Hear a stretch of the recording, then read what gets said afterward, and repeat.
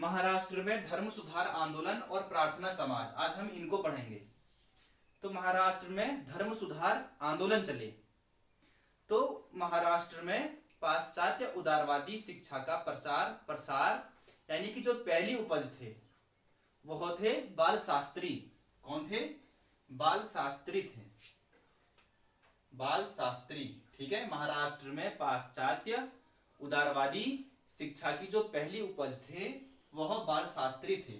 इन्होंने पाश्चात्य उदारवादी विचारों का प्रचार प्रसार करने के लिए इन्होंने अपने दो पत्र निकाले। कौन कौन से? बंबई दर्पण और दिग्दर्शन।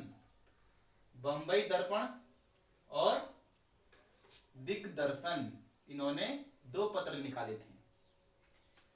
लेकिन महाराष्ट्र में समाज सुधार आंदोलन की शुरुआत गोपाल देशमुख ने की। किसने की? गोपाल देशमुख ने की थी। इसके बाद है प्रार्थना समाज। प्रार्थना समाज की स्थापना 1867 में यानी कि 1867 में आत्माराम पांडुरंग ने की थी। किसने की थी? आत्माराम पांडुरंग ने की 1867 में। ठीक है, तो प्रार्थना समाज की स्थापना किसने की? 1867 में आत्माराम पांडुरंग ने की थी। लेकिन इससे पहले इन्होंने 1850 में समाज में या धर्म में सुधार लाने के लिए इन्होंने परमहंस मंडली की स्थापना कर डाली। किसकी? परमहंस मंडली की इन्होंने स्थापना कर डाली। कब? 1850 में, धर्म सुधार के लिए। लेकिन यह असफल रहा। यह असफल किन कारणों से रहा? क्योंकि जो इनके दोस्त थे वह इसके अंदर ईसाई धर्म का प्रचार प्रसार करने लग गए थे, इसलिए ये असफल रहा। लेकिन इसके बाद इन्होंने 1867 में यानी कि 1867 में बंबई में प्रार्थना समाज की स्थापना कर डाली। कब? 1867 में बंबई में प्रार्थना समाज की स्थापना किसने की? आत्माराम पांडुरंग ने की थी।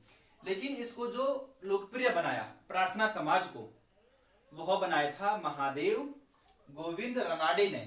किसने बनाया? लिखा हुआ है महादेव गोविंद रानाडे ने इसे लोकप्रिय बनाया। अगर आपसे पूछा जाएगा कि प्रार्थना समाज को लोकप्रिय किसने बनाया, तो उत्तर होगा आपका महादेव गोविंद रानाडे ने। लेकिन अगर आपसे यह पूछा जाएगा कि प्रार्थना समाज की स्थापना किसने की थी, तो आत्माराम पांडुरंग ने। कब की? 1867 में। नेक्स्ट, इन्होंने महाराष्ट्र में स्त्री शिक्षा और विधवा विवाह को प्रोत्साहित किया, क्योंकि उस समय कन्याओं की शादी 12-13 साल में ही की जाती थी। तो समाज में विधवाओं की संख्या बहुत ज्यादा हो गई थी, इनका जीवन बिल्कुल नरकीय हो गया था। तो इसलिए इन्होंने विधवा विवाह को प्रोत्साहित किया और स्त्री शिक्षा को भी इन्होंने प्रोत्साहित किया, यानी कि इन्होंने स्त्री स्वतंत्रता पर बल दिया और साथ ही नारी शिक्षा पर इन्होंने बल दिया था।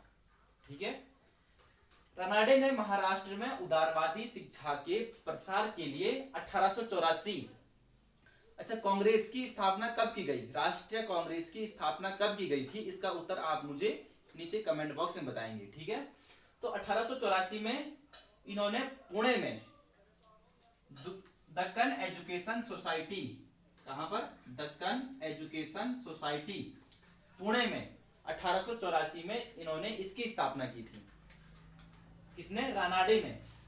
तो रानाडे ने महाराष्ट्र में उदारवादी शिक्षा के प्रसार के लिए 1884 में पुणे में दक्कन एजुकेशन सोसाइटी की स्थापना की थी और 1891 में यानी कि 1891 में इन्होंने विडी रीमैरेज एसोसिएशन की स्थापना की थी। विडी नहीं, विडो। क्या है? विडो रीमैरेज एसोसिएशन की स्थापना की थी, यानी कि विधवा पुनर्विवाह संघ। इसे लग रहा है कि क्या है ये? विधवा पुनर्विवाह के बारे में बात की जा रही है। विधवा पुनर्विवाह संघ यानी कि विडो रीमैरेज एसोसिएशन। इसके बाद दक्षिण भारत में एक और नेता उभरे सामाजिक सुधार के लिए, वह थे D.K. कर्वे। कौन थे? D.K. कर्वे। D.K. कर्वे ने अपना पूरा सार्वजनिक जीवन समाज सुधार में ही लगा दिया, यानी कि स्त्रियों के जीवन में सुधार लाने के लिए इन्होंने अपना पूरा जीवन लगा दिया। ठीक है, तो डी के कर्वे ने 1899 में यानी कि 1899 में पुणे में विडो होम की स्थापना की।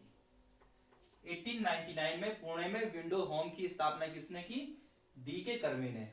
और इसके बाद उन्होंने 1906 में बंबई में, कब? 1996 में बंबई में भारतीय महिला विश्वविद्यालय की